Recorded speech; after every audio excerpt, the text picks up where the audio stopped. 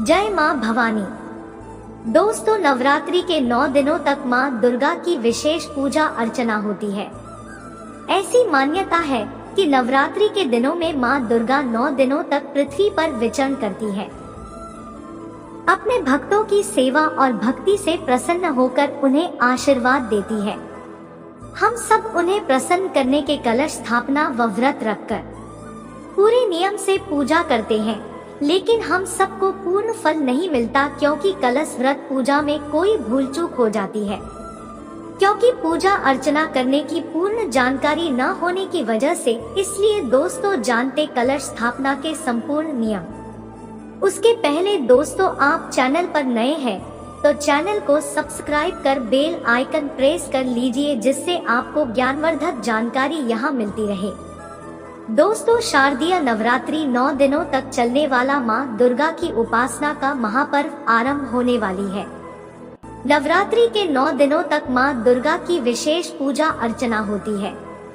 नवरात्रि के 9 दिनों में मां दुर्गा के 9 स्वरूपों शैलपुत्री, ब्रह्मचारिणी, चंद्रघंटा, कूष्मांडा, स्कंदमाता, कात्यायनी, कालरात्रि, महागौरी और सिद्धिदात्री माता की पूजा अर्चना और मंत्रोच्चार से मां का आराधना की जाती है।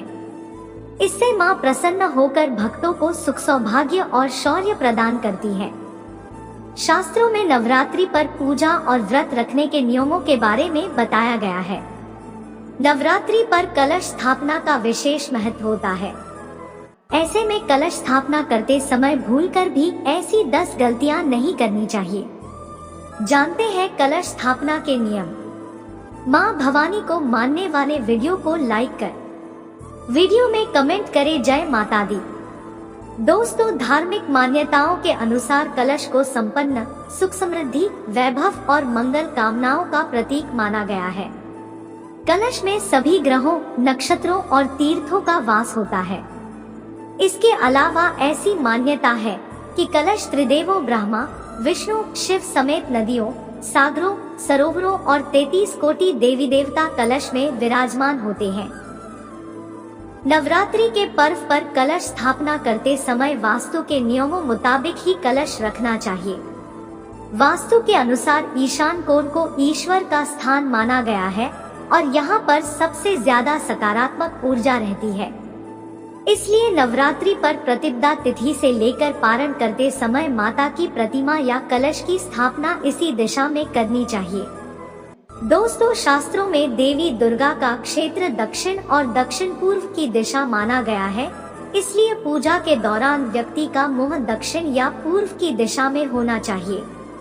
वहीं नवरात्रि पर अलग अलग दिन अलग रंगों का महत्व होता है, लेकिन मां दुर्गा की पूजा के दौरान कभी काले और नीले रंग के कपड़े पहनकर नहीं करना चाहिए। दोस्तों, घट स्थापना में न करें ऐसी गलतियां। नवरात्रि पर साफ सफाई का विशेष ध्यान देना चाहिए। घट स्थापना में इस्तेमाल होने वाले घट में गंदी मिट्टी और गंदे पानी का प्रयोग न करें। नवरात्रि के शुरू होने पर जब एक बार घट की स्थापना हो जाए तो उसे उसी स्थान पर 9 दिनों तक रखना चाहिए। भूलकर भी घट का स्थान बदलना नहीं चाहिए। शास्त्रों में बताए गए शुभ और सही स्थान पर ही घट की स्थापना करनी चाहिए। भूलकर भी गलत दिशा में घट स्थापित न करें। इस बात का विशेष ध्यान दें, जहां पर घट स्थापना करें वहां पर साफ सफाई होनी चाहिए। घट स्थापना के आसपास जूते, चप्पल और गंदगी बिल्कुल नहीं होना चाहिए। घट स्थापना करते समय इस बात का खास ख्याल रखें कि यह शौचालय या बाथरूम के आसपास न हो। पूजा के दौरान और पूजा के बाद कभी भी घट को अपवित्र हाथों से छूना नहीं चाहिए। एक बार जब नवरात्रि पर घट स्थापित हो जाए तो उस घर को छोड़कर नहीं जाना चाहिए। घर पर कोई न कोई सदस्य हमेशा रहना चाहिए। जब नवरात्रि का पर्व खत्म हो जाए तो